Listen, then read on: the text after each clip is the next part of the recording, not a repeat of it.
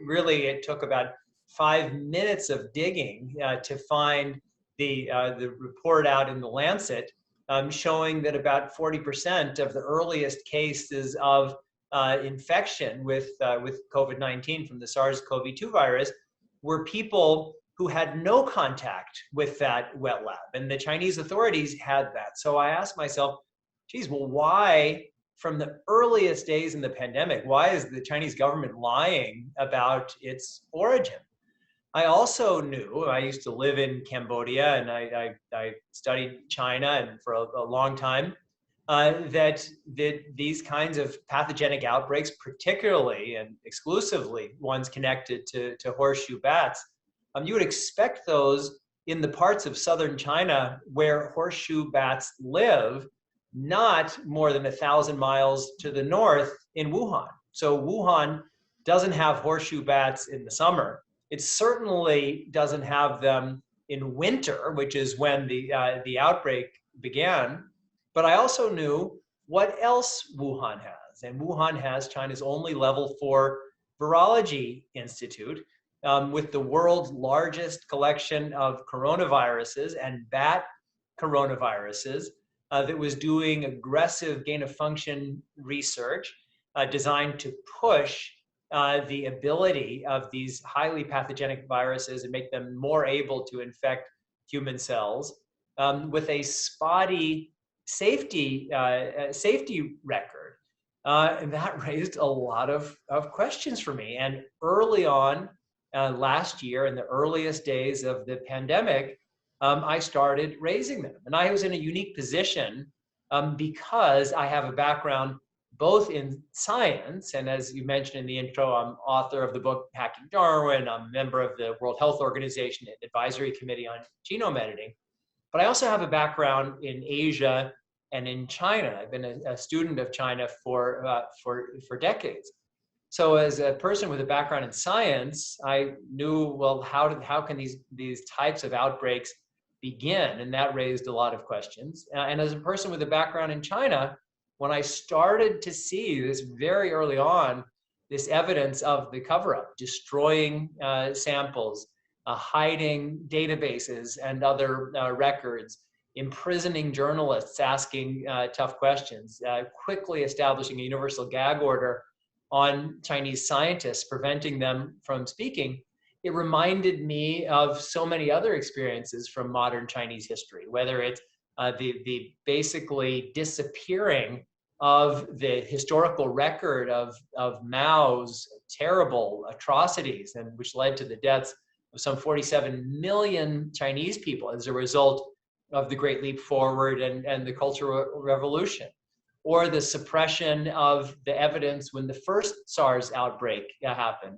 or when China had its speed rail network and early on, one of the trains crashed. And what did they do? They dug a big hole, pushed the train into the hole and covered it up. They eventually had to dig it back up because there was a popular outcry.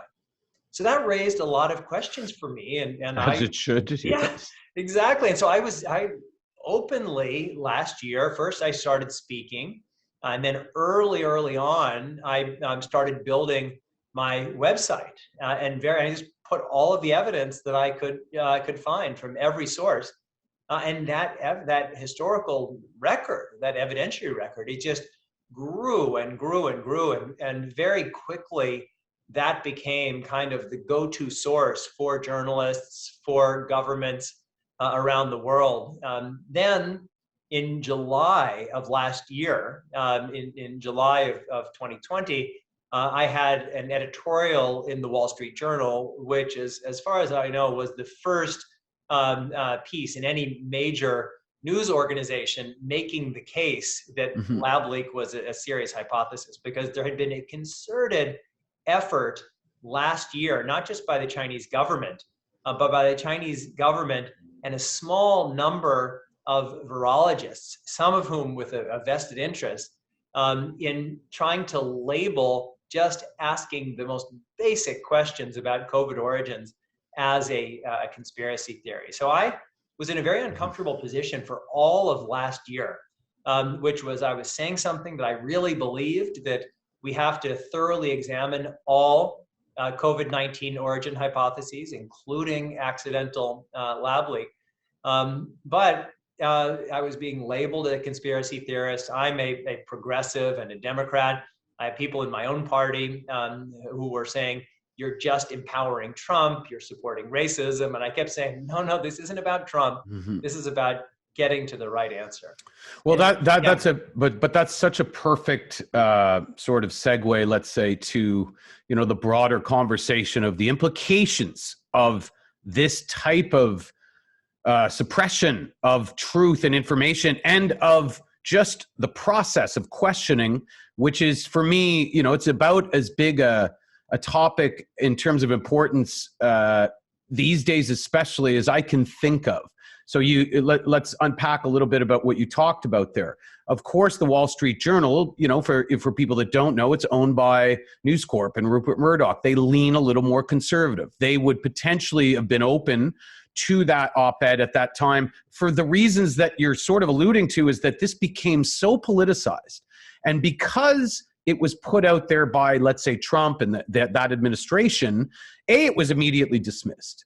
But B, to your point, this became now a bigger, broader, the end justifies the means type of situation that, look, we can't validate anything Trump and that group is saying when we're in the midst of a potentially, you know, existential election. So all of a sudden... let me just stop you there for a second, because yes, it's true. And it was also true that Trump was using this story, because there's a reason why we have, you know, more than 500,000 dead in the United States, and Taiwan has 10. And it's not about the origins. It's about the catastrophic and historical failure of the Trump administration, more than the Trump administration here. So, like, I definitely think that it was right to say that lab leak, and as I said it, is a very real hypothesis. But it was more complicated because Trump was so clearly using this for extremely nefarious political purposes. Strategic, for self-serving. Made it so complicated for people. And that's why, coming back to what I said and what you said, that's why all we can do is say, well, my goal is to get to the truth, and to do it in a respectful way, in an honest way, a data-driven way, a way that rejects any type of racism, but getting to the truth.